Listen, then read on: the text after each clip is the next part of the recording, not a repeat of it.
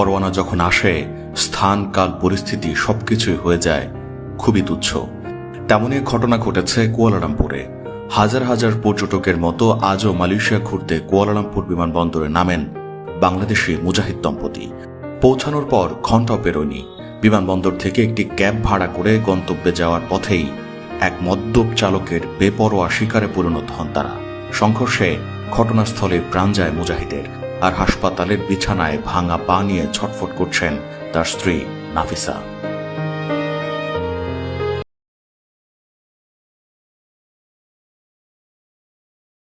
বৃহস্পতিবার ভোরবেলা কুয়ালালামপুরের রাজপথে ঘটে যাওয়া এই মর্মান্তিক ঘটনাটি যেন এক নিমেষে ভেঙে চুরমার করে দিল দুটি তাজা প্রাণ ও একটি পরিবারের সব স্বপ্ন।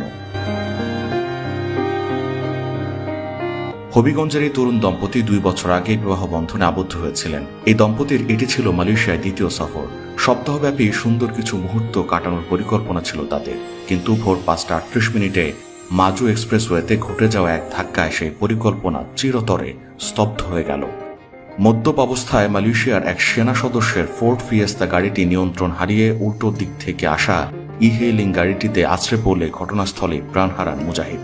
নিহত মুজাহিদের স্ত্রী নাফিসা এখন কুয়ালালামপুরের হাসপাতালের বিছানায় যন্ত্রণায় ছটফট করছেন। একদিকে শারীরিক ক্ষত, অন্যদিকে স্বামীর অকাল মৃত্যুর খবর শোনার মানসিক আঘাত, সব মিলিয়ে এক অসহনীয় পরিস্থিতি। হাসপাতালের ফরেনসিক বিভাগের সামনে দাঁড়িয়ে নাফিসার চাচা মহিবুল হাসান ঢুকরে কেঁদে ওঠেন। ক্ষোভ আর হাহাকারে সুরে বলেন, তারা তো শুধু ট্যুরিস্ট ছিল, কেন মদ্যপ অবস্থায় মানুষ গাড়ি নিয়ে রাস্তায় বের হয়? মাতালদের তো ঘরে থাকা উচিত, রাস্তায় নয়। আমি চাই মালয়েশিয়ার আইন এই নৃশংসতার উপযুক্ত বিচার করুক।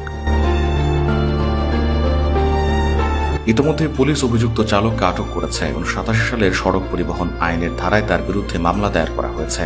ব্রেথলাইজার পরীক্ষায় তার মদ্যপানের বিষয়টি নিশ্চিত হয়েছে। এখন শুধু দেখার বিষয় মালয়েশিয়ার আদালতে মর্মান্তিক ঘটনার পেছনে থাকা ব্যক্তিটিকে কি সাজা দেয়। মুজাহিদ হয়তো আর কোনোদিন ফিরবেন না, কিন্তু নাফিসার ভাঙা পা আর ক্ষতবিক্ষত হৃদয়ের কান্না হয়তো অনেকদিন মালয়েশিয়ার আকাশ বাতাসকে ভারী করে রাখবে। একটি সুন্দর যুগলের জীবনের এই পরিণতি যেন কোনো দম্পতির জীবনে না আসে, সেটি বলছেন মালয়েশিয়া প্রবাসীরা।